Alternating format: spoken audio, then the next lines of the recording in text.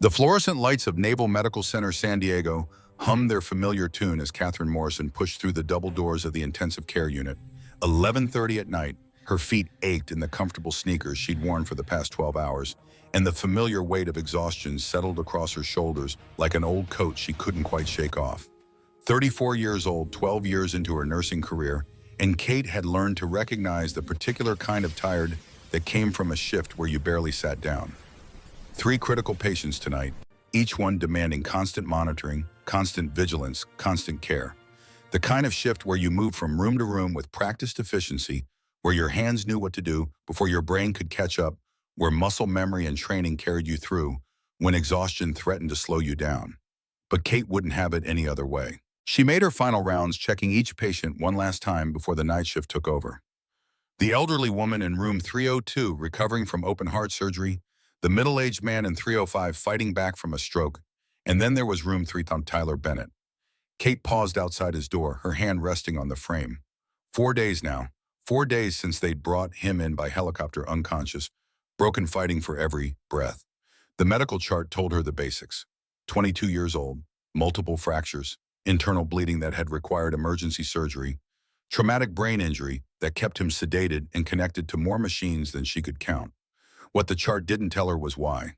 Training accident, it said. But Kate had been nursing long enough to recognize when a medical report was deliberately vague. She'd seen training accidents. This wasn't one. The wound patterns were wrong. The classified stamps on half his paperwork were wrong. The complete absence of any family or visitors was wrong. Everything about Tyler Bennett was wrong, and yet Kate found herself drawn to his room more than any other patient on her floor. She pushed open the door and stepped inside. The steady beeping of the heart monitor provided a rhythmic backdrop to the quiet whoosh of the ventilator. Tyler lay motionless in the hospital bed, his face partially obscured by the breathing tube, his head wrapped in clean white bandages. Various tubes and wires connected him to the life-supporting equipment that kept him stable, kept him breathing, kept him alive. Kate moved to his bedside with the ease of long practice. She checked his vitals on the monitors, adjusted the IV drip, ensured that everything was exactly as it should be. Then she did something that none of the other nurses did. She pulled up the chair beside his bed and sat down. "Hey there, Tyler," she said softly, her voice gentle in the quiet room.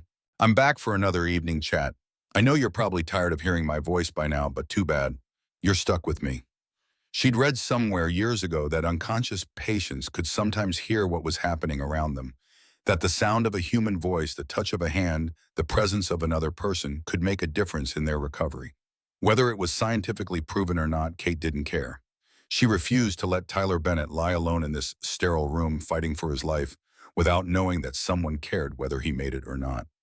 "Beautiful day outside today." She continued, reaching out to adjust his blanket. 75 degrees, not a cloud in the sky. Classic San Diego weather. The kind of day where you just want to be outside feeling the sun on your face. You'd like it, I think. When you wake up, we'll have to get you outside. Sunshine does wonders for recovery. The machines continued their steady rhythm. Tyler remained motionless, but Kate stayed where she was, talking about the weather, about the news, about the small details of her day that seemed insignificant but somehow felt important to share. She'd been doing this since his first night here. 20 minutes every shift, sometimes more. Just talking. Just being present. The other nurses had noticed. Margaret, the head nurse who'd been working at the facility for 20 years, had pulled Kate aside earlier in the week. "You're spending a lot of time with the SEAL," Margaret had said, her voice carefully neutral. Kate had looked up sharply. "SEAL? His chart says he's an enlisted sailor." Margaret's expression had been knowing, cautious. "His chart says a lot of things, honey, but I've been doing this long enough to recognize when paperwork is telling me what someone wants me to know, not what's actually true. That boy in there, he's special forces, or something close to it." "How do you know?" "The phone calls," Margaret had replied. "We've had several this week, people asking about his condition. People who identify themselves with code numbers instead of names. One call came from a Pentagon extension. You don't get Pentagon calls for regular enlisted sailors, Kate."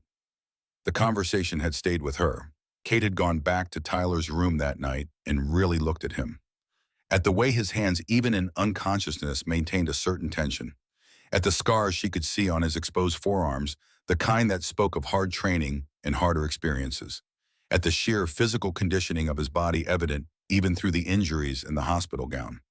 Margaret was right. Tyler Bennett was more than his chart suggested, much more. Your friends must be worried about you, Kate said, now checking his pulse manually even though the monitors told her everything she needed to know. Touch mattered. Connection mattered. Wherever they are, whatever they're doing, I bet they're thinking about you, hoping you pull through. She stayed for another 10 minutes talking quietly before finally standing up. Her shift was officially over. Time to go home, try to sleep, come back tomorrow, and do it all over again. I'll see you tomorrow, Tyler. She promised the same words she said every night. Keep fighting. You're doing great. The hospital corridors were quieter during shift change. Kate gathered her belongings from the small staff locker room, said goodbye to the incoming night crew, and headed toward the parking garage. The California evening air hit her as she pushed through the exit doors, cool and refreshing after the recycled atmosphere of the hospital. She took a deep breath, letting it clear her lungs, clear her head. The parking structure was mostly empty at this hour. Kate's small sedan sat in its usual spot on the third level, waiting patiently for her return.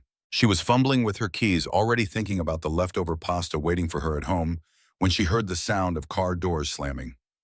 Heavy footsteps echoed across the concrete structure. Kate looked up and felt her heart rate kick up a notch. 3 men in military uniforms were walking toward her. Not toward the hospital entrance. Toward her. Directly toward her.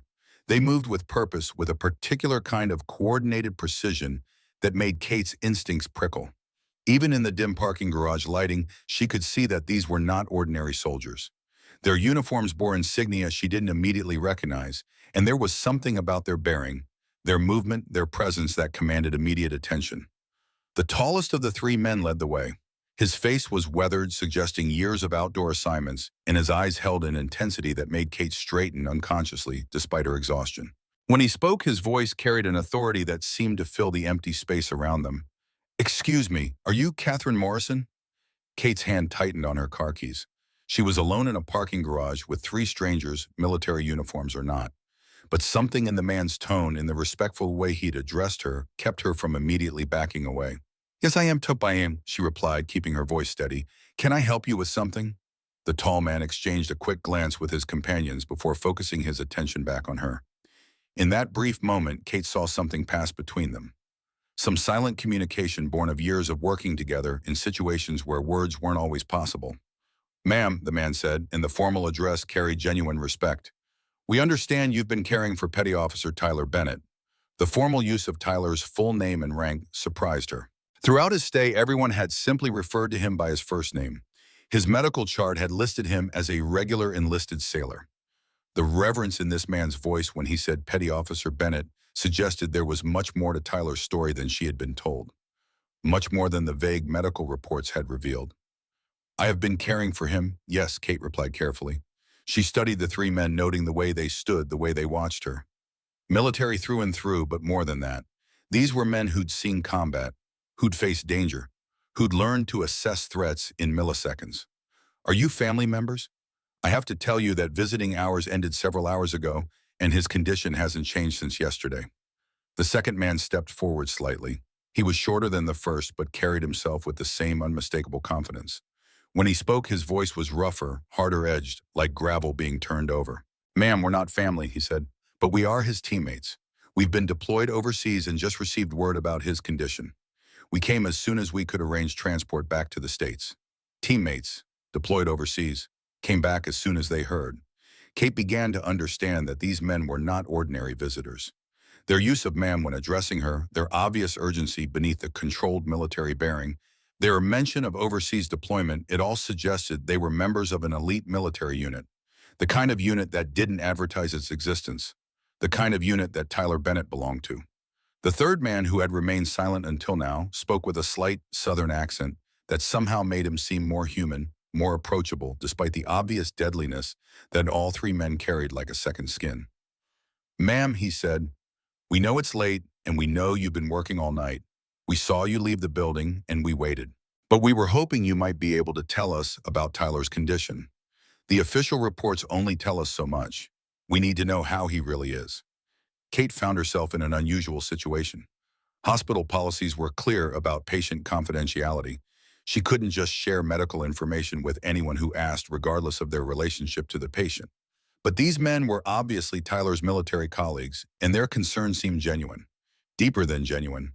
It seemed like the kind of concern that came from having trusted your life to someone and having them trust theirs to you in return. She made a decision. I can tell you what I've observed during my shifts, Kate said carefully, but you should know that his condition is serious. He's been unconscious since he arrived 4 days ago. His vital signs have been stable, which is good, but the doctors are still concerned about the extent of his head injury. With traumatic brain injuries, you never know how much function will return until the patient wakes up. The tall man's expression grew more serious if that was possible. Ma'am, has he shown any signs of awareness? Any response to voices or touch? Kate thought about the hours she'd spent talking to Tyler, hoping for some sign that he could hear her, hoping for any indication that her presence made a difference. There have been a few moments when his heart rate increased slightly while I was talking to him, she admitted. But the doctors say that could be coincidental. Unconscious patients have fluctuations. It doesn't necessarily mean awareness. But I like to think he knows when people are there with him. I like to think he's fighting to come back.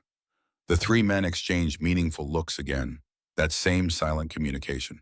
Kate realized they were talking to each other without words, processing information, making decisions through some form of shared understanding developed through years of working in situations where silence was survival. The shortest of the group pulled out a cell phone and stepped away to make a quiet call. Kate watched him, watched the way he turned his back to create privacy, the way his voice dropped to barely a murmur. Whatever they were here for, it was more than just a friendly visit. The man with the southern accent continued speaking while his teammate made the call. Ma'am, there's something you should know about Tyler. He doesn't have any family. His parents died when he was 8 years old in a car accident. He was raised in foster care, moved around a lot, never really had a stable home, a stable family. We're the closest thing to family he has. Kate felt her chest tighten. She'd suspected Tyler was alone given the complete absence of visitors, the empty spaces on his intake forms where emergency contacts should have been. But hearing it confirmed, hearing the stark reality of it, made her understand why she'd felt so compelled to spend extra time with him, why she'd taken on the role of providing the human connection he so desperately needed. He's never alone on my shifts, Kate said quietly. I make sure of that. The southern accented man smiled, and it transformed his face from dangerous to grateful in an instant. We know, ma'am. The staff mentioned it. Tyler's lucky to have you looking after him. The man who had made the phone call returned to the group. He nodded at the tall man, some message passing between them. Ma'am, the tall man said, we've been given permission to see him tonight. We know it's irregular, and we know it's outside of normal visiting hours, but our commanding officer has spoken with the hospital administration. We won't stay long. We just need to see him, need to know he's being taken care of. Kate understood that forces beyond typical hospital protocol were at work. These men had obviously called in favors or used connections that allowed them to bypass normal procedures. She found herself wanting to help them, moved by their obvious devotion to their injured teammate.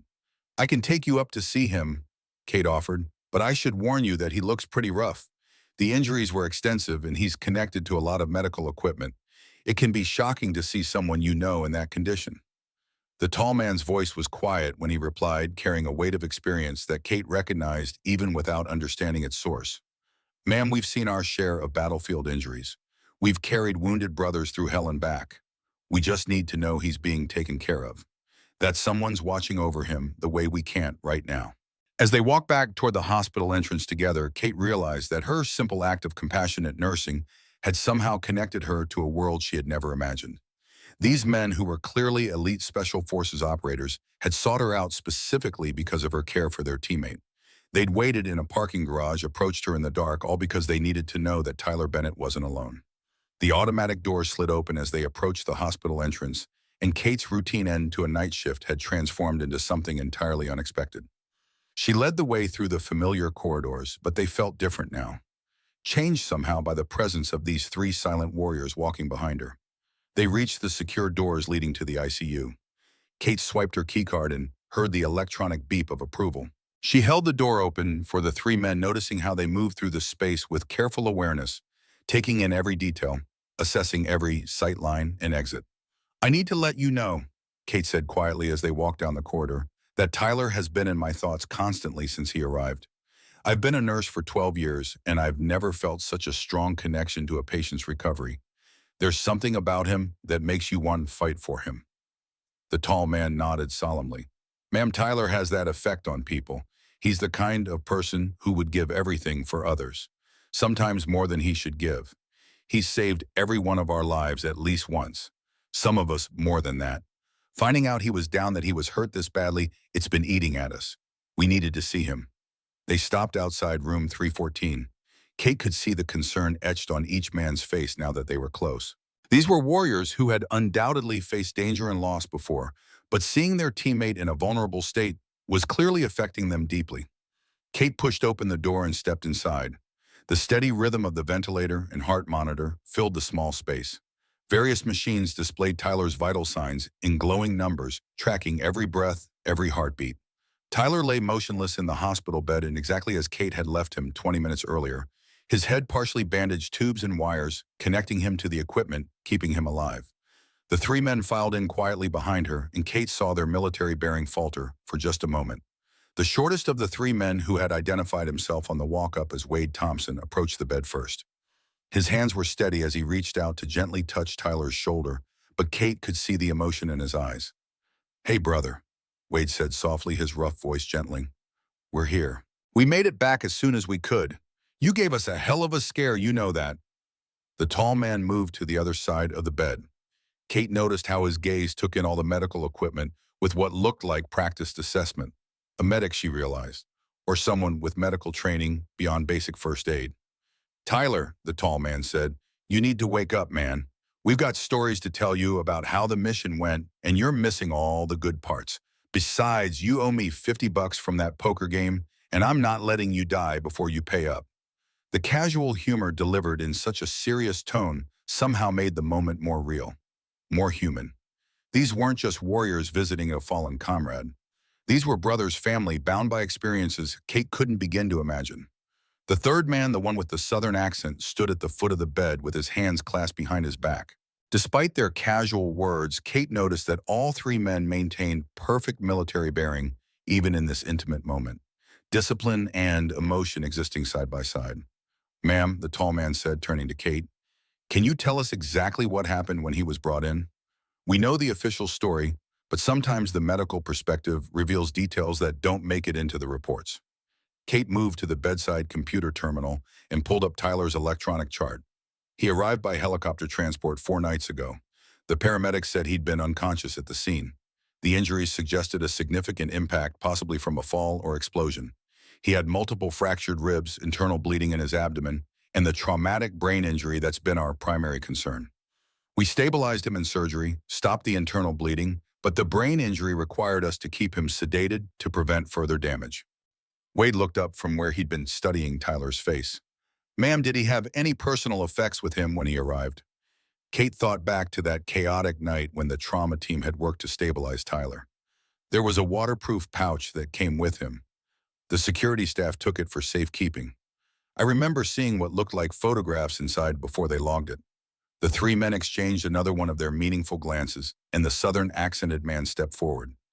"Ma'am, those would be pictures of his team," he said quietly. "Tyler carries photos of everyone who's served with our unit. He says it helps him remember what he's fighting for, who he's fighting for."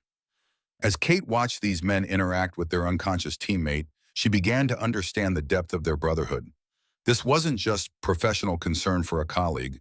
These men genuinely loved Tyler like family. Their presence in the room seemed to generate an energy that the sterile medical environment had been lacking.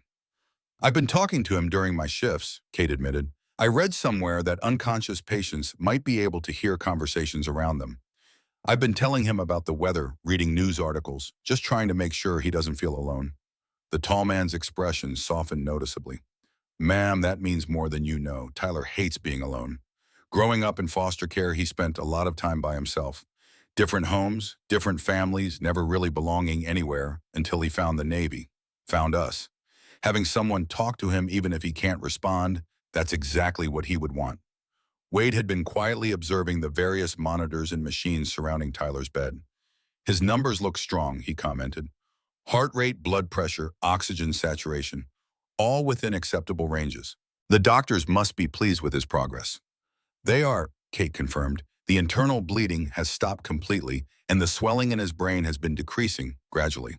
The neurologist is cautiously optimistic, but with head injuries, you never know how much recovery to expect until the patient wakes up and you can assess cognitive function.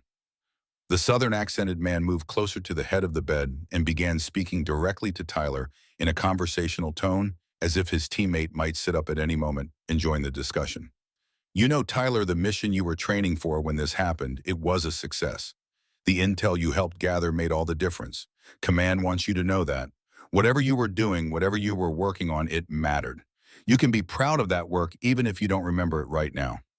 Kate was struck by the way these men continued to include Tyler in their conversation, treating him as an active participant despite his unconscious state. They spoke about recent operations in vague terms, shared jokes that clearly had history behind them, and updated him on mutual friends, all while maintaining the respectful awareness that he might be able to hear everything they said. Ma'am, the tall man said, addressing Kate again, we understand that Tyler's care has been exceptional since he arrived. Multiple people have mentioned that you've gone above and beyond normal nursing duties. We want you to know that his team appreciates everything you've done, more than we can express. Kate felt a flush of pride mixed with humility. I just did what any nurse would do. Tyler is an easy patient to care about. Wade smiled for the first time since entering the room. Ma'am, you don't know Tyler yet, but when he wakes up, and we believe he will wake up, you're going to discover that he's one of the most grateful people you'll ever meet. He never forgets kindness, and he always finds a way to pay it back. You've made a friend for life, whether you know it or not. As the men continued their vigil, Kate found herself learning more about Tyler's character and background. They told her about his recruitment into the Navy, his determination and dedication to becoming a SEAL, his reputation as someone who could be counted on in any situation. They described training exercises, deployment stories, and the pranks Tyler was famous for, pulling on new team members. He's actually quite funny when he's conscious, the Southern man said with a chuckle. Tyler has this way of finding humor in the worst situations. It's one of the things that makes him such a good teammate. When everything's going to hell and everyone's stressed and scared, Tyler's the guy who can still make people laugh, helps keep everyone focused. The tall man checked his watch and sighed quietly. Ma'am, we're going to need to leave soon. We have to catch a transport back to base in a few hours, and then we're redeploying. But before we go, is there anything specific we should know about his care? Anything we can pass along to his command structure? They'll want to know. Kate considered the question carefully. The doctors are planning to try reducing his sedation tomorrow to see if he shows signs of awakening. It's been long enough that his other injuries have stabilized sufficiently to allow his brain more opportunity to heal. The next 48 hours will be critical. Wade reached into his pocket and pulled out a small military challenge coin. He placed it carefully on Tyler's bedside table where it would be visible, where it would be one of the first things Tyler saw when he opened his eyes. This is from our last mission together, he explained to Kate. Tyler earned this. He should have it when he wakes up. It'll help him remember who he is, what he's part of. The three men took turns saying private goodbyes to their teammate. Each one touched his shoulder or hand, while speaking words meant only for Tyler's ears. Kate stepped back to give them privacy, moved by the obvious love and respect they shared. This was brotherhood in its purest form. Connection forged in circumstances most people would never experience or understand. As they prepared to leave, the tall man approached Kate one final time. Up close, she could see the exhaustion in his eyes, the weight of responsibility he carried. Ma'am, we're going to be deployed for several more weeks, he said, possibly longer. But we'll be checking on Tyler's progress through official channels. If there's any change in his condition, good or bad, we'll find a way to get back here. He's our brother. We don't leave brothers behind. I'll make sure he gets the best care possible, Kate promised, and I'll keep talking to him until he's ready to talk back. Wade handed Kate a piece of paper with a phone number written on it. The number looked official, like it belonged to some kind of government office, but there was no other identifying information. Ma'am, this is a secure line where you can leave messages for our unit. If Tyler wakes up and asks for us, or if you think he needs us here, don't hesitate to call. Someone will get the message to us no matter where we are in the world. Kate took the paper, folding it carefully and putting it in her pocket. Thank you for coming. I think it helped. Even if Tyler couldn't respond, I think he knew you were here. The Southern accented man smiled. He knew, ma'am. Tyler always knows when his brothers are near. It's like a sixth sense with him. They walked to the door together. The three men paused in the doorway, looking back at their teammate one last time. Then they were gone, moving down the corridor with that same purposeful stride, heading back into whatever dangerous world they'd emerged from. Kate stood alone in Tyler's room for a moment, listening to the steady rhythm of the machines. The challenge coin gleamed on the bedside table. The piece of paper with the secure phone number felt heavy in her pocket. Everything had changed in the space of an hour, and yet Tyler remained exactly as he had been. Unconscious. Fighting. Holding on. She reached out and adjusted his blanket one more time. "You've got good friends, Tyler," she said softly. "They love you, and they're counting on you to come back to them. So keep fighting. Keep holding on. You're not alone." Kate left the room and made her way to the parking garage, the secure phone number folded in her pocket, feeling like both a burden and a promise. The three warriors had disappeared back into whatever shadowed world they inhabited, but they'd left something behind. Not just the challenge coin on Tyler's bedside table, but a reminder that some bonds transcended duty and protocol. As she drove home through the quiet streets, Kate thought about her father. He'd tried to explain this once, this sense of connection that went deeper than friendship or professional obligation. Brotherhood, he'd called it. She'd never fully understood. Until tonight.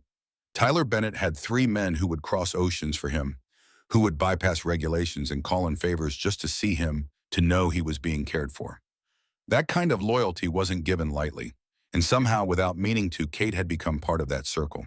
Not a warrior, not military, but someone who'd chosen to stay when staying mattered. Her apartment was dark and empty when she arrived. Kate sat in her car for a long moment before going inside. Tomorrow she would return to the hospital, return to Tyler's bedside, continue the quiet vigils she'd started. But tonight she'd made a promise. To Tyler, to his brothers, to herself. She would not let him face the darkness alone. The following Monday morning brought an unusual energy to the intensive care unit. Kate had spent the weekend thinking about her encounter with Tyler's teammates, replaying the conversation in her mind, remembering the way they'd looked at their fallen brother with such fierce devotion. She found herself even more invested in his recovery than before, if that was possible. As she reviewed his chart during the morning briefing, she noticed that Dr. Patterson had indeed ordered a reduction in Tyler's sedation. The notation was clear and precise, exactly what she'd told the three warriors would happen. The timing felt significant somehow, as if the universe was aligning to give Tyler his best chance at awakening. Kate entered Tyler's room with a renewed sense of purpose. The morning light streamed through the window, catching the challenge coin his teammates had left on the bedside table. It gleamed there like a promise, like a beacon calling him back from wherever his consciousness had retreated.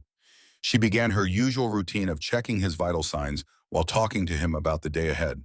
Her hands moved with practiced efficiency, adjusting his pillow, ensuring his IV line was flowing properly, checking the readings on each monitor. "Good morning, Tyler," she said as she worked. "It's a beautiful Monday morning, the kind of morning that feels like a fresh start.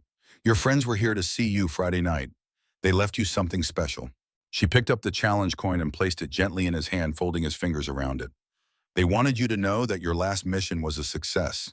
They said to tell you that your work mattered, that the intel you gathered made all the difference. They're very proud of you, Tyler. Very proud." As Kate reached for the blood pressure cuff, something made her pause.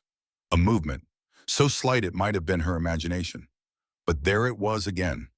Tyler's eyelids fluttered just for a moment, but it was definitely movement. Real, purposeful movement. Kate's heart rate kicked up. She'd seen enough false alarms with other patients to remain cautious, but this felt different. This felt like something more than random muscle twitches or reflexive responses. "Tyler," she said, keeping her voice calm and encouraging, despite the adrenaline suddenly flooding her system. "Can you hear me? If you can hear me, try to move your fingers or squeeze my hand." She gently took his hand in hers, the one not holding the challenge coin, and waited. The seconds stretched out like hours. The machines continued their steady rhythm. The ventilator whooshed air into his lungs with mechanical precision. And then she felt it, the faintest pressure from his fingers. Barely noticeable, barely there, but unmistakable. Tyler Bennett was responding. He was in there fighting his way back to consciousness. Kate immediately pressed the call button for the medical team while continuing to speak to Tyler in soothing tones. "That's excellent, Tyler. You're doing great. Keep fighting. The doctors are going to be so happy to see you waking up." Dr. Patterson arrived within minutes, followed by the neurologist, Dr. Williams, and two other nurses. The room filled with purposeful activity as the medical team conducted their examinations. Kate stepped back, but remained in the room, watching hopefully for additional signs of consciousness. "Mr. Bennett, doctor, Patterson said, using a small flashlight to check Tyler's pupil responses. Can you hear me? If you can understand me, try to squeeze my hand. This time, Tyler's response was more pronounced. His fingers closed around the doctor's hand with unmistakable intention, and his eyelids fluttered again, more persistently than before.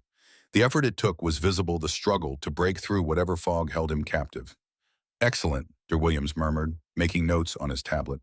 The pupil responses are much better than yesterday, and the hand squeeze indicates cognitive function is returning. His brain activity on the EEG has been increasing over the past 12 hours. We'll continue reducing the sedation and monitor his progress closely. Over the next several hours, Kate found reasons to check on Tyler more frequently than her other patients strictly required. Each time she entered his room, she spoke to him about what was happening, describing the sounds he might be hearing, explaining the medical equipment around him, reassuring him that he was safe and getting better. By early afternoon, Tyler's eyes were opening periodically, though he still seemed confused and unable to focus properly. Kate was adjusting his IV line when he suddenly looked directly at her, his gaze more alert than she'd seen since his arrival. "Hi there," Kate said gently, smiling at him despite the tears suddenly threatening at the corners of her eyes. "Welcome back, Tyler. You're in a hospital and you're safe. You've been unconscious for several days, but you're getting better." Tyler's mouth moved as if he was trying to speak, but the ventilator tube prevented any sound from emerging. Kate could see the frustration in his eyes as he attempted to communicate the confusion and fear that often accompanied emergence from extended unconsciousness. "Don't try to talk yet," Kate advised, her voice soothing and professional despite her own emotional response to seeing him awake. "You have a breathing tube to help your lungs heal from your injuries. The doctors will remove it once they're sure you're strong enough to breathe on your own. For now, just focus on resting and getting better. You're doing wonderfully." Tyler's eyes moved around the room, taking in the unfamiliar surroundings and medical equipment with what looked like increasing awareness. When his gaze fell on the challenge coin still resting near his hand, Kate saw recognition flash across his face. His fingers reached for it, grasping it with surprising strength. "Your friends from your unit came to see you Friday night," Kate explained, following his line of sight. "3 of them made a special trip back from deployment just to check on you. They left that coin for you, and they said to tell you that you should be proud of your work, that the mission was successful." Tyler's eyes filled with tears, whether from emotion or physical discomfort. Kate couldn't tell for certain, but she sensed that knowing his teammates had visited meant everything to him. The coin was clearly more than just a piece of metal. It was a symbol of something larger, something Kate was only beginning to understand. Dr. Patterson returned later that afternoon with the respiratory therapist to evaluate whether Tyler was ready to have the ventilator removed. After a series of tests measuring his oxygen levels and breathing strength, they decided he was stable enough to breathe independently. "Tyler, we're going to remove the breathing tube now," Dr. Patterson explained in the calm, clear voice doctors used with emerging patients. "It's going to be uncomfortable for a few seconds, but then you'll be able to talk. Take slow, deep breaths and try to stay relaxed." The procedure was over quickly. Tyler coughed several times as his throat adjusted to breathing without mechanical assistance, his face contorting with discomfort. Kate offered him small ice chips to soothe his irritated throat, watching carefully to ensure he could swallow safely. Gradually, his breathing became more comfortable, more natural. "Water," Tyler whispered hoarsely, his first word in nearly a week. Kate provided small sips through a straw, monitoring his swallowing reflex with practiced attention. As his throat became less irritated, Tyler's voice grew stronger, though it still carried the rough quality of someone who hadn't spoken in days. "The guys," Tyler said, looking directly at Kate with an intensity that made her realize just how alert he actually was. "Were they really here, or was I dreaming?" "They were really here," Kate confirmed, settling into the chair beside his bed. "Chief Petty Officer Garrett Pierce, Petty Officer First Class Wade Thompson, and Petty Officer Ryan Jackson. They were very worried about you, and they wanted to make sure you knew they were thinking about you." Tyler's relief was visible, tangible, like a physical weight lifting from his shoulders. "Did they say anything about the mission?" Kate remembered the conversation from Friday night, the careful way the 3 warriors had spoken about classified operations without revealing anything specific. "They said it was successful and that the work you did made a difference. They seemed very proud of you, Tyler." For the first time since waking up, Tyler smiled slightly. The expression transformed his face, making him look younger, less burdened. "Good. That's good, then." Over the next few days, Tyler's recovery progressed with remarkable speed. His strength returned, his cognitive function improved dramatically, and his sense of humor emerged exactly as his teammates had predicted. Kate found herself looking forward to her conversations with him as he shared carefully edited stories about his military service and the close relationships he'd formed with his team. They were in the middle of one such conversation on Wednesday afternoon when Tyler suddenly went quiet. Kate looked up from adjusting his IV to find him staring at her with an expression she couldn't quite read. "You know," Tyler said slowly, "I remember hearing your voice while I was unconscious. I couldn't respond, couldn't open my eyes, couldn't move, but I knew someone was there who cared about what happened to me. That meant more than you probably realize." Kate felt her throat tighten with unexpected emotion. "I just did what any nurse would do, Tyler." "No," Tyler said seriously, his green eyes holding hers with uncomfortable intensity. "You did what family would do. You stayed with me when I couldn't stay with myself. You gave me a reason to fight back." "That's not standard nursing care, Kate. That's something else entirely." Before Kate could formulate a response, Margaret appeared in the doorway with an unusual expression on her face. "Kate, you have a phone call at the nurses' station, someone identifying himself as Commander Harrison from Naval Special Warfare Command." Kate felt a flutter of apprehension. Why would a commander be calling her directly? She excused herself and made her way to the nurses' station, her mind racing through possibilities. Had something happened to Tyler's teammates? Was there a problem with his care? She picked up the phone with slightly trembling hands. "This is Catherine Morrison." "Ma'am, this is Commander Harrison," the voice on the other end said, carrying the same kind of authority she'd heard in Tyler's teammates. "I understand you've been caring for Petty Officer Bennett during his hospitalization." "Yes, sir, I have," Kate replied, uncertain where this conversation was heading. "Ma'am, I wanted to personally thank you for the exceptional care you've provided. I've received detailed reports from his teammates about your dedication to his recovery, and I understand that your compassion may have played a significant role in his healing process." Kate was overwhelmed by the recognition from such a high-ranking officer. "Thank you, sir. Tyler is a remarkable person, and it's been an honor to help care for him. Ma'am, I also wanted to inform you that Petty Officer Bennett has been recommended for a commendation for his actions during the training exercise that resulted in his injuries." Commander Harrison paused, and when he continued, his voice carried additional weight. "The official report calls it a training accident, but between you and me, that young man saved the lives of 2 other team members at considerable risk to himself. You've been caring for a genuine hero, Miss Morrison." After ending the call, Kate stood at the nurse's station for a long moment processing this new information. Tyler had never mentioned the circumstances of his injuries or the fact that he'd acted heroically. His teammates had hinted at his character, but the full story of his sacrifice was only now becoming clear. When she returned to his room and shared what Commander Harrison had told her, Tyler seemed genuinely uncomfortable with the praise. "I just did what anyone on the team would do," he said simply. "We look out for each other. That's not heroism. That's just how it works." But Kate understood now that Tyler Bennett's humility was as much a part of his character as his courage. He didn't see himself as a hero because he was surrounded by heroes. To him, sacrifice was simply part of the job. Thursday morning brought an unexpected chill to the air, unseasonable even for San Diego. Kate arrived for her shift to find the ICU buzzing with an undercurrent of tension she couldn't immediately identify. Margaret pulled her aside before she could even check the assignment board. "Kate, something happened last night," Margaret said quietly, her face grave. "Around 3 in the morning, a man was found in the hallway outside Tyler's room. Security detained him, but his credentials checked out.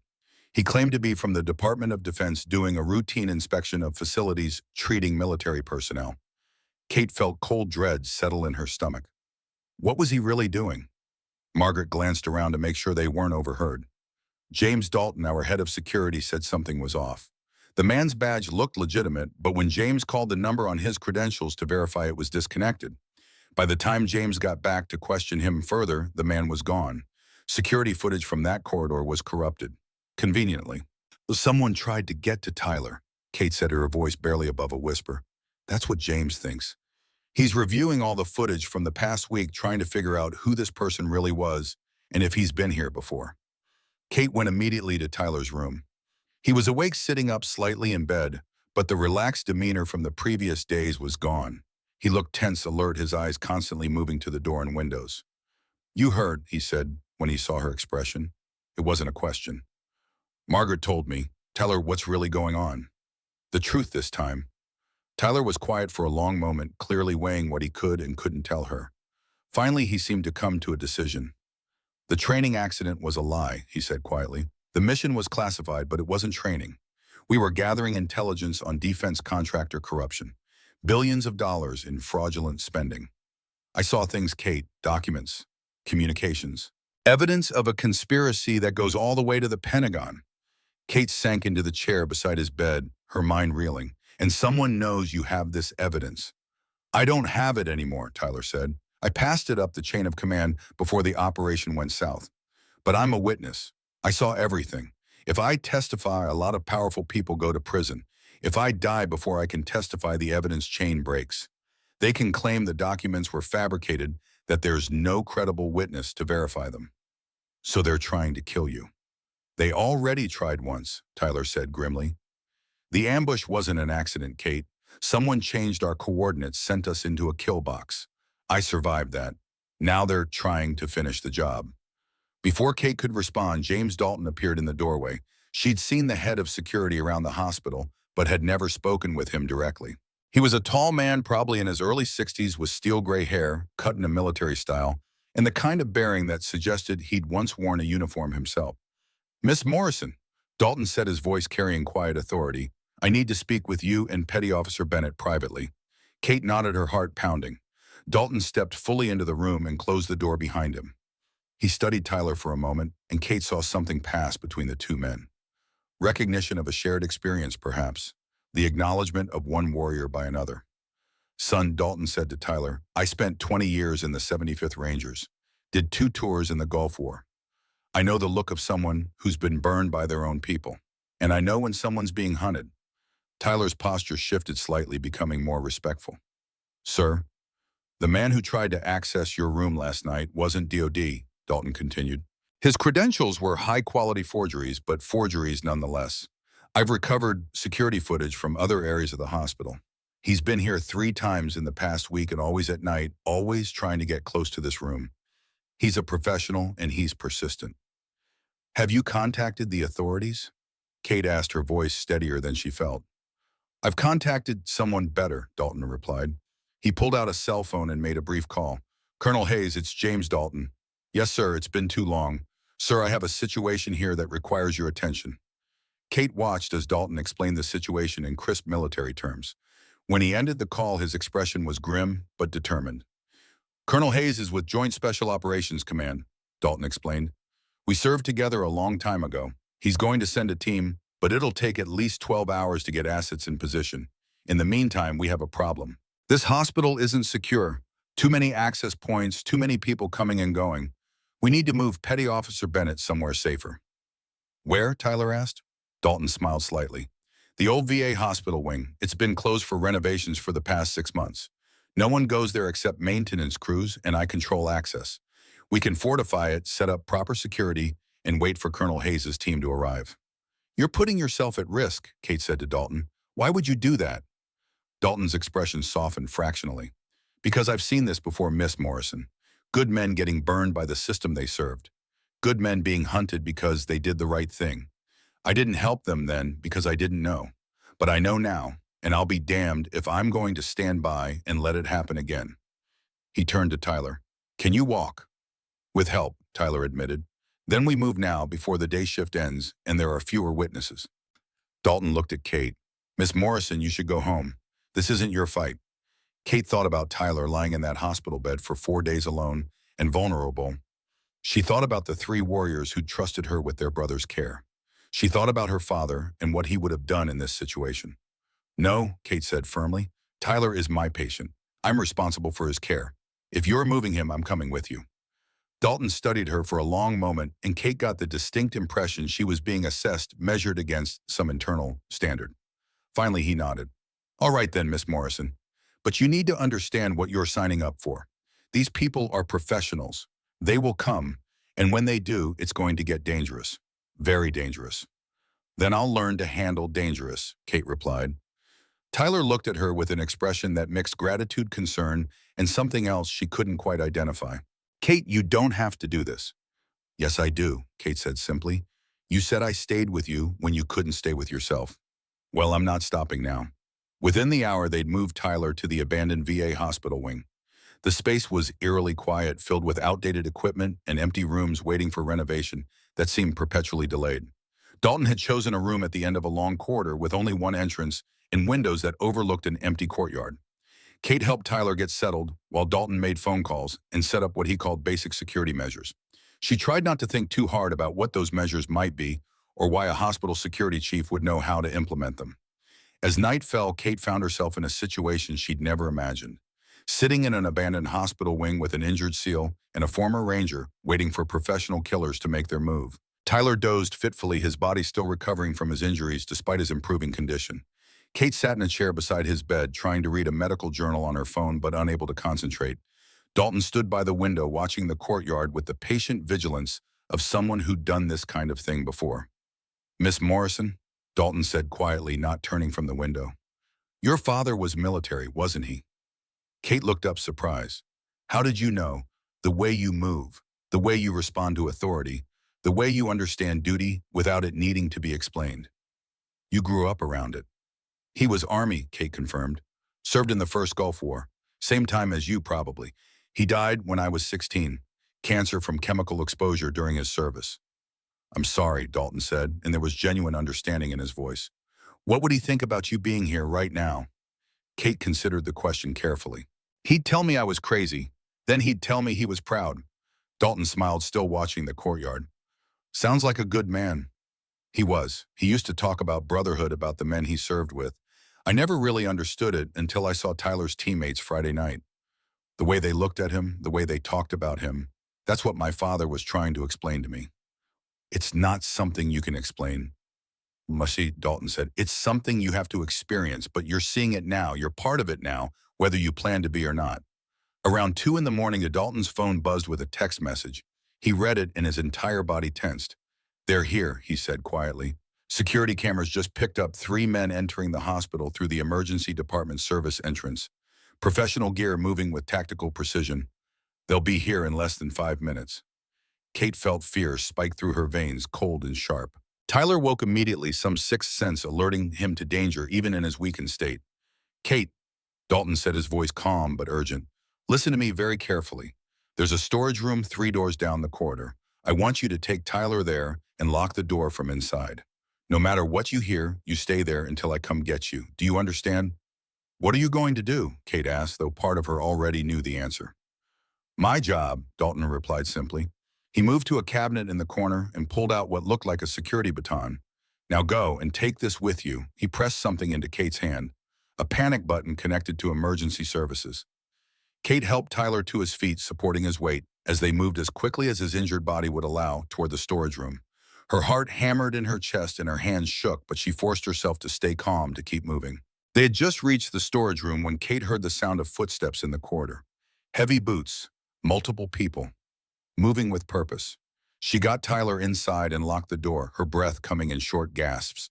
Through the small window in the door, she could see shadows moving in the hallway, could hear voices low and professional. Then she heard Dalton's voice, calm and authoritative. "Gentlemen, this area is closed for renovation. I'm going to have to ask you to leave." The response was immediate and violent, the sound of impact of struggle. Kate put her hand over her mouth to stop herself from crying out. Beside her, Tyler was tense, his jaw clenched, clearly frustrated by his inability to help. The fight seemed to last forever and be over in seconds simultaneously. Kate heard grunts crash as the unmistakable sound of bodies hitting walls. Then silence. Terrible, complete silence. Kate waited, every muscle in her body tensed, her hand hovering over the panic button. Had Dalton won? Were the attackers unconscious? Or had they? Footsteps approached the storage room door. Slow, deliberate. Kate held her breath, pulling Tyler back into the shadows. The door handle rattled, someone testing the lock.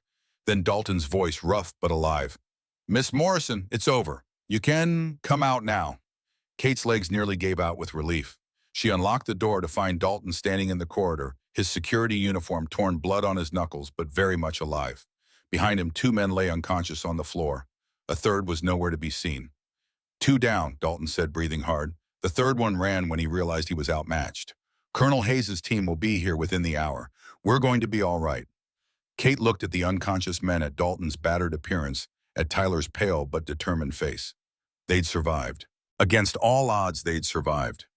Kate sat in the storage room long after Dalton had led Tyler back to his makeshift room, long after the federal agents had arrived and begun their methodical documentation of the scene. Her hands wouldn't stop shaking. Every time she closed her eyes, she saw shadows moving in the hallway, heard the sickening sound of impact, felt the paralyzing terror of not knowing if Dalton would survive. She'd always thought of herself as strong. 12 years of nursing had exposed her to death, to trauma, to the worst moments of human existence. But this was different. This wasn't disease or accident. This was deliberate violence, calculated and cold. Someone had tried to murder Tyler tonight, had come within feet of succeeding, and Kate had been helpless, hiding in a storage room while a 62-year-old security guard fought three armed men.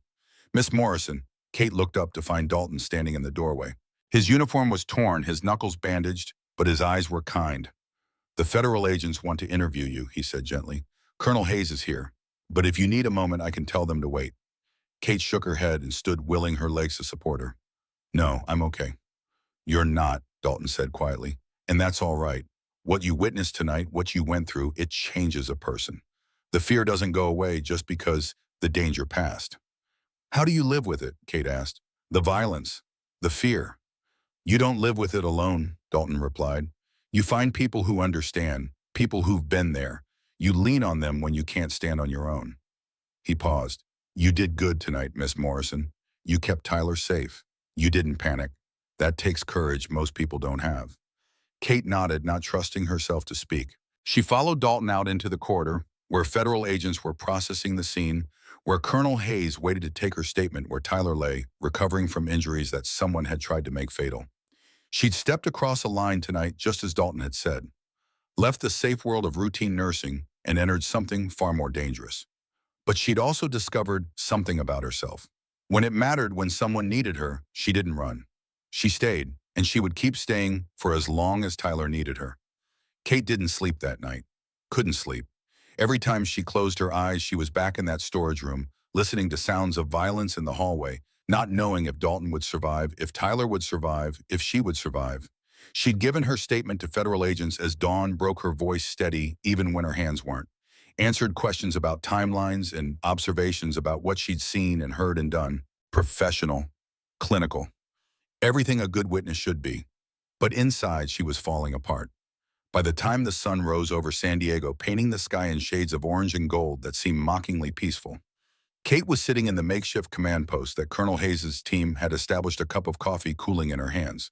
Her body was exhausted, but her mind refused to quiet, replaying every moment of the attack on an endless loop. Federal agents moved through the corridors with practiced efficiency, now photographing evidence, interviewing additional witnesses, processing the two unconscious attackers that Dalton had taken down with what Kate now understood was lethal skill, carefully restrained.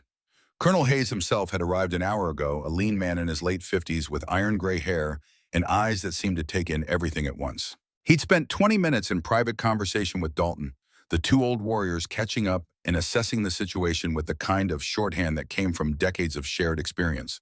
Now he sat across from Kate in what had once been a doctor's consultation room, his expression serious, but not unkind.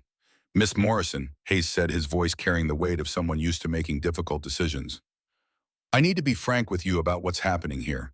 The situation is worse than we initially believed." Kate set down her untouched coffee. "How much worse?"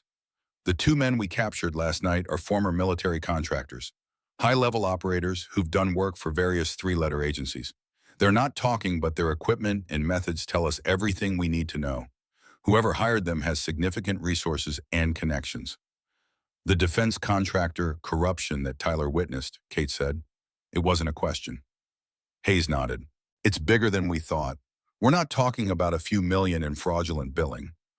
We're talking about a systematic conspiracy that's been running for 15 years. $2 billion in stolen taxpayer money. Pentagon officials, congressional staffers, defense industry, executives. It's a network. Miss Morrison and Tyler Bennett is the only witness with direct evidence that can bring the whole thing down." Kate felt the weight of that responsibility settle on her shoulders. "And they'll keep trying to kill him." "They will," Hayes confirmed, "which is why we're implementing additional security measures. Tyler will be moved to a secure military medical facility today. Full protection detail. No one gets near him without multiple layers of clearance." "What about Kate?" Dalton spoke up from where he'd been standing by the window. His face bore the marks of last night's fight bruises darkening along his jaw, but his stance remained strong. These people know she's been helping Tyler. They saw her last night. Hayes' expression grew grimmer. Miss Morrison, I won't lie to you. You are potentially at risk. These people are thorough. They eliminate witnesses and complications. However, we believe the primary focus will remain on Petty Officer Bennett. As long as you maintain distance from him and don't involve yourself further, you should be safe. Kate thought about the past week, about sitting beside Tyler's bed talking to him while he was unconscious, about the three warriors who'd materialized in a parking garage and trusted her with their brother's care, about her promise to never let Tyler face the darkness alone. I want to stay involved, Kate said quietly. Miss Morrison, I appreciate your dedication, but this isn't a nursing matter anymore. This is a federal investigation involving national security. With respect, Colonel Tyler is still my patient, and from what I understand, he doesn't have family. He needs someone who isn't military, someone who can just be there as a person, not an asset to be protected. Hayes studied her for a long moment, and Kate got the sense that he was seeing past her exhausted appearance to something deeper. Whatever he saw made him nod slightly. All right, but understand that if you continue your involvement, you'll need to follow security protocols. No independent contact with Tyler, no discussions about his case with anyone outside cleared personnel, and if at any point we determine your presence is compromising his safety, you will step back. Agreed. Agreed, Kate said, relief flooding through her. Over the next several days, Kate watched as Tyler was transferred to the secure facility and began the complex process of providing testimony to federal investigators. She was allowed supervised visits, always with security present, always under strict guidelines about what could and couldn't be discussed. But she was there, and that seemed to matter to Tyler in ways that transcended the clinical relationship between nurse and patient. On her third visit, Tyler looked more like himself than she'd seen since his awakening. The color had returned to his face, his movements were stronger, and the keen intelligence in his eyes was no longer clouded by pain or medication. Kate, he said as she settled into the chair beside his bed, I need to thank you properly for everything you've done, for staying when you could have walked away, for putting yourself at risk.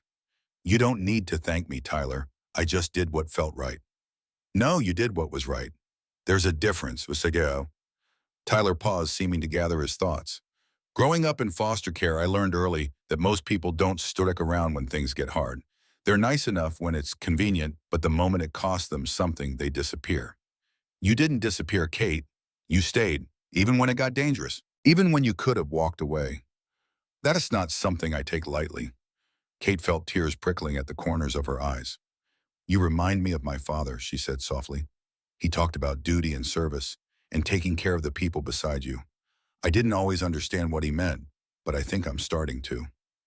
They talked for another hour, carefully avoiding the topics that security had deemed off limits, instead sharing stories about their lives, their choices, the paths that had led them to this unlikely intersection. Kate learned that Tyler had always wanted to serve, had seen the military as a way to belong to something larger than himself. He learned that Kate had become a nurse because she'd watched helplessly as her father died and had vowed never to feel that powerless again. When visiting hours ended and Kate prepared to leave, Tyler reached out and took her hand. Kate, whatever happens with all this, with the investigation and the trial and everything after, I want you to know something. You changed my life, not just by helping me survive, but by showing me that there are still people in the world who care about strangers for no other reason than it's the right thing to do. That matters. You matter. Kate squeezed his hand, unable to find words adequate to express what his friendship had come to mean to her. 6 months passed in a blur of grand jury testimonies, federal investigations, and slowly unraveling conspiracy. Kate returned to her normal duties at the hospital, though nothing felt quite normal anymore. She'd seen behind the curtain glimpse the darker side of the world her father had tried to protect her from, and that knowledge had changed her in fundamental ways. She kept in touch with Tyler through carefully monitored communications, following his progress as he recovered fully and prepared to return to active duty. She'd met with Colonel Hayes twice more, providing additional testimony about the night of the attack and the events leading up to it. Each time, Hayes had thanked her for her courage and assured her that the investigation was progressing well. On a Thursday afternoon in late spring, Kate received a phone call that made her heart leap into her throat. Kate, it's Tyler. Tyler, how are you? I wasn't expecting to hear from you today. I'm good, really good, actually. His voice carried an excitement she hadn't heard before, and Kate, I have news. Big news. I'm getting married. Kate felt something complicated twist in her chest. Happiness for him, certainly, but also a strange sense of loss she hadn't anticipated. Tyler, that's wonderful. Tell me about her. Her name is Rachel. She's a physical therapist. I met her during my rehabilitation at the Military Medical Center. She's incredible, Kate. She understands the life, understands what service means. She's been through it herself as a Navy veteran. She sounds perfect for you, Kate said, meaning it, despite the odd ache in her chest. She is. And Kate, I want you there, at the wedding. You're family to me, and I can't imagine celebrating without you. The wedding was held on a crisp Saturday in October at a small venue in Virginia Beach, not far from the naval base where Tyler was stationed. Kate flew across the country feeling nervous and uncertain about what to expect. She'd never been to a military wedding before, had no idea what the protocol was, or how she would fit into Tyler's world. Her concerns evaporated the moment she arrived. The venue was filled with Navy personnel and their families, dozens of people in dress uniforms, mixing with civilians in formal wear. But what struck Kate most was the warmth with which everyone greeted her. Tyler had clearly told his story, and his friends and colleagues treated her not as an outsider, but as an honored guest. Garrett Pierce found her almost immediately, his weathered face breaking into a genuine smile when he spotted her across the room. Ma'am, he said, and the word carried the same respect it had that night in the parking garage. It's good to see you again. Tyler said you'd be here. It's good to see you too, Chief Pierce, Kate replied. And please call me Kate. Wade Thompson and Ryan Jackson appeared moments later, and Kate found herself surrounded by the three warriors who'd started this whole journey. They introduced her to their wives, their children welcomed her into their circle with an ease that spoke of genuine acceptance. You're part of the tribe now, Wade explained with a grin. Tyler's family is our family. That's how it works. The ceremony itself was beautiful and moving. Tyler stood at the altar in his dress uniform, tall and strong, and utterly transformed from the broken young man Kate had first met in the ICU. Rachel was lovely with kind eyes and a warm smile, and the way she looked at Tyler made Kate's heart swell with happiness for them both. During his vows, Tyler spoke about second chances and the people who believed in him when he couldn't believe in himself. His eyes found Kate in the audience. To the angel who stayed when everyone else left, he said, his voice breaking slightly, who talked to me in the darkness when I couldn't answer, who fought for me when I couldn't fight for myself. Kate Morrison, you didn't just save my life. You gave me back my faith in humanity. You showed me that family isn't just the people you're born to or the brothers you serve with. It's the people who choose you, who refuse to walk away, who stay even when staying is hard. His eyes found hers across the room. You chose me when I was nobody. A patient without a name on a chart. And that choice changed everything. Rachel and I wouldn't be standing here without you. This family wouldn't exist without you. So this vow isn't just to Rachel. It's to you too, Kate. You're part of this family forever. Thank you for everything. Kate couldn't stop the tears that streamed down her face. Around her, she heard sniffles from other guests, saw hardened warriors discreetly wiping their eyes. The reception was joyful and rowdy, filled with laughter and music, and the kind of camaraderie that Kate had only heard about in her father's stories. She found herself talking with Rachel, who proved to be as warm and genuine as Tyler had described. He talks about you all the time. Rachel said, her hand resting on Kate's arm with easy affection. About how you stayed with him, how you protected him. You gave him back his life, Kate. I'm marrying him because you made that possible. Thank you. I just did my job, Kate protested, but Rachel shook her head. No, you did so much more than that. And I want you to know that you're family now. Not just to Tyler, but to me too. We're going to have children someday, and I hope you'll be part of their lives. I hope they'll grow up knowing the woman who saved their father. Kate was overwhelmed, struggling to process the depth of acceptance she was receiving from these people who'd been strangers just months ago. She excused herself to get some air, stepping out onto a balcony overlooking the water. James Dalton found her there a few minutes later. She'd been surprised to see him at the wedding, but Tyler had explained that Dalton had been invited as another member of his extended family. Beautiful evening, Dalton observed, standing beside her at the railing. It is, Kate agreed. I didn't expect this, any of this. I thought I'd just be a nurse who helped a patient. I didn't expect to gain a whole family. Dalton smiled, his weathered face crinkling with genuine warmth. That's how it works in this world, Miss Morrison. You show up when it matters, you put yourself on the line for someone else, and suddenly you're not an outsider anymore. You're one of us. Is that what happened to you, Kate asked? In the Gulf War. Something like that, Dalton confirmed. I lost men I cared about because someone in the chain of command made bad decisions for political reasons. I couldn't save them. Couldn't even try because I didn't know what was happening until it was too late. When I saw what was happening with Tyler, saw the same pattern playing out, I couldn't stand by. Not again. Do you think it made a difference, everything we did? I know it did, Dalton said firmly. Tyler's alive. The conspiracy is being prosecuted. 37 defense contractors and 7 Pentagon officials are going to prison. That's because we stood up. That's because you refused to walk away. Later in the evening, Commander Hayes approached Kate with an official-looking folder in his hands. Miss Morrison, I have something for you. The Secretary of the Navy asked me to present this personally. He opened the folder to reveal a citation in metal, the Navy Civilian Service Medal awarded for exceptional service and heroism. For your actions in protecting Petty Officer Bennett and assisting in bringing a major conspiracy to justice, Hayes said formally. The Navy recognizes that you went far beyond the call of duty, putting yourself at risk to protect one of our own. This is our way of saying thank you. Kate stared at the medal, unable to quite believe what she was seeing. I don't know what to say.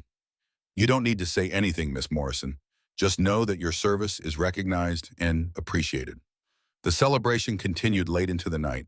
Kate found herself dancing with Tyler, laughing at his jokes, feeling lighter and happier than she had in years. This community of warriors and their families had welcomed her completely, treating her not as an obligation or a courtesy, but as one of their own. As the evening wound down and guests began to leave, Tyler and Rachel found Kate one more time. Before you go, Rachel said, we wanted to ask you something. We're planning to start a family in the next year or two, and we were hoping you'd agree to be godmother to our first child. Kate felt tears threatening again. Are you serious? Completely serious, Tyler confirmed.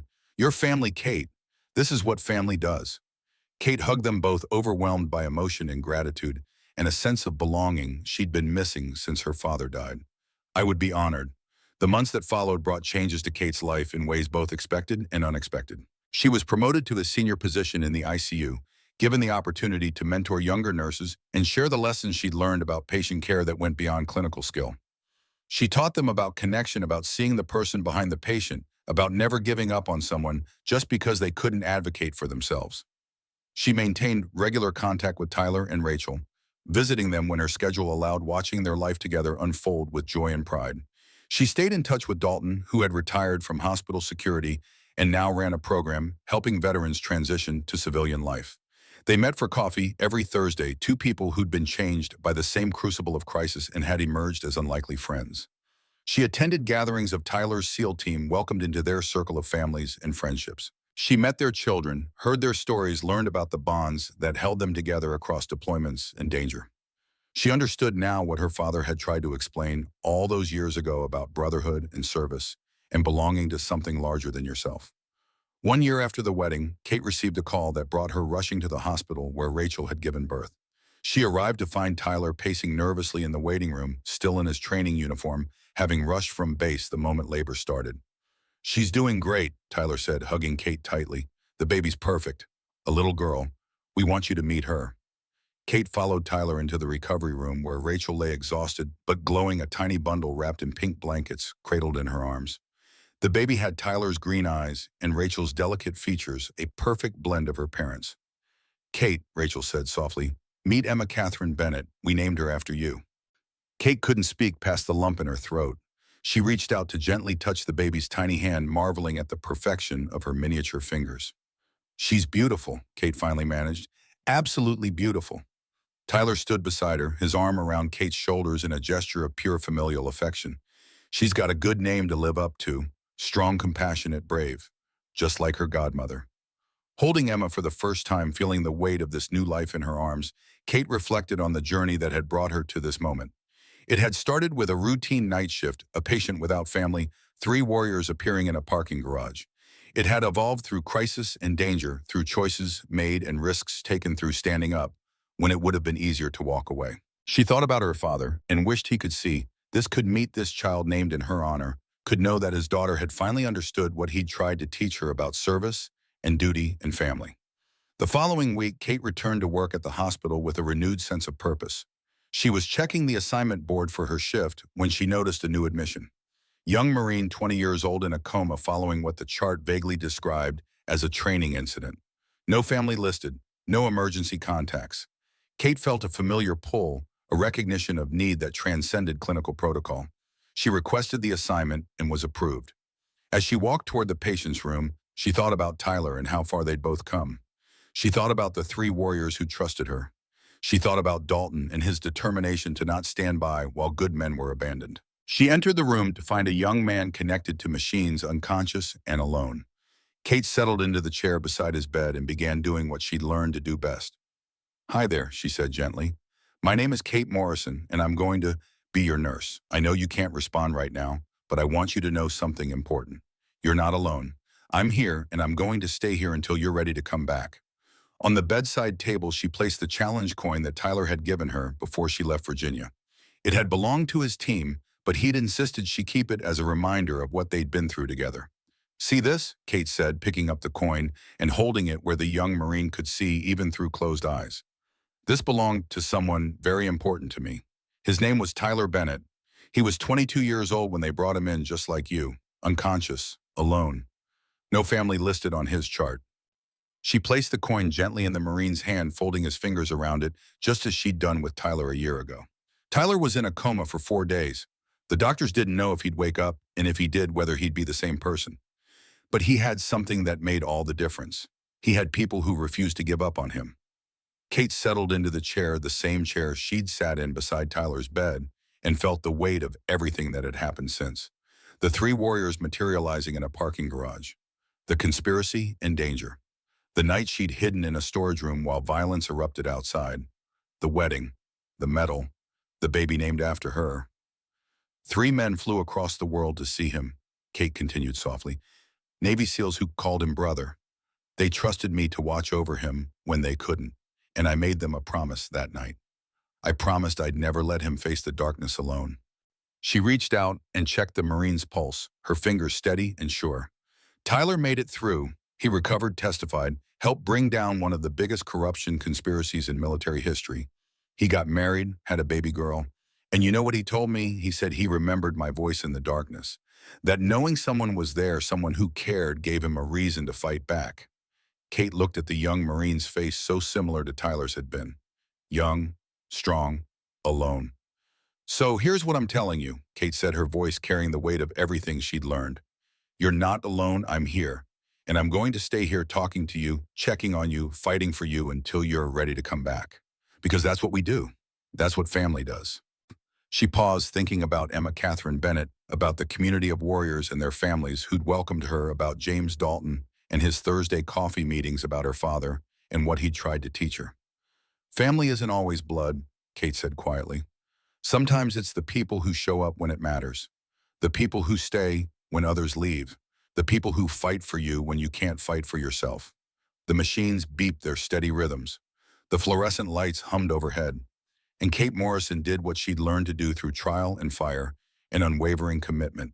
She stayed, she cared, she fought for those who couldn't fight for themselves. "Welcome to the family," Kate whispered. And somewhere in that quiet room, in the space between heartbeats and breaths, she could almost hear her father's voice saying the words he'd tried to teach her years ago. "This is what service looks like, Katie. This is what brotherhood means. Not the uniform or the rank or the medal, but the choice to stand beside someone and say you are not alone." Kate smiled through tears she didn't try to hide. She finally understood. Years would pass, bringing more patients, more stories, more lives touched and changed. Kate would eventually become director of critical care nursing, teaching countless students about the importance of seeing the whole person, not just the medical condition. She would attend more SEAL team gatherings, more weddings and baptisms, and celebrations of life. She would watch Emma grow up strong and brave, embodying the best qualities of her parents and godmother. But it all started here in this moment, with a simple choice to stay when it would have been easier to walk away. To care when caring came with risk. To stand beside someone in their darkest hour and promise them they weren't alone. That was the legacy Kate Morrison would leave. Not in medals or commendations, though those had their place, but in the countless lives touched by someone who refused to let another human being face their battles without support, without hope, without family. The night shift continued. The machines hummed, and Kate Morrison did what she had always done best. She showed up, she stayed, she cared. And in doing so, she changed the world one patient at a time.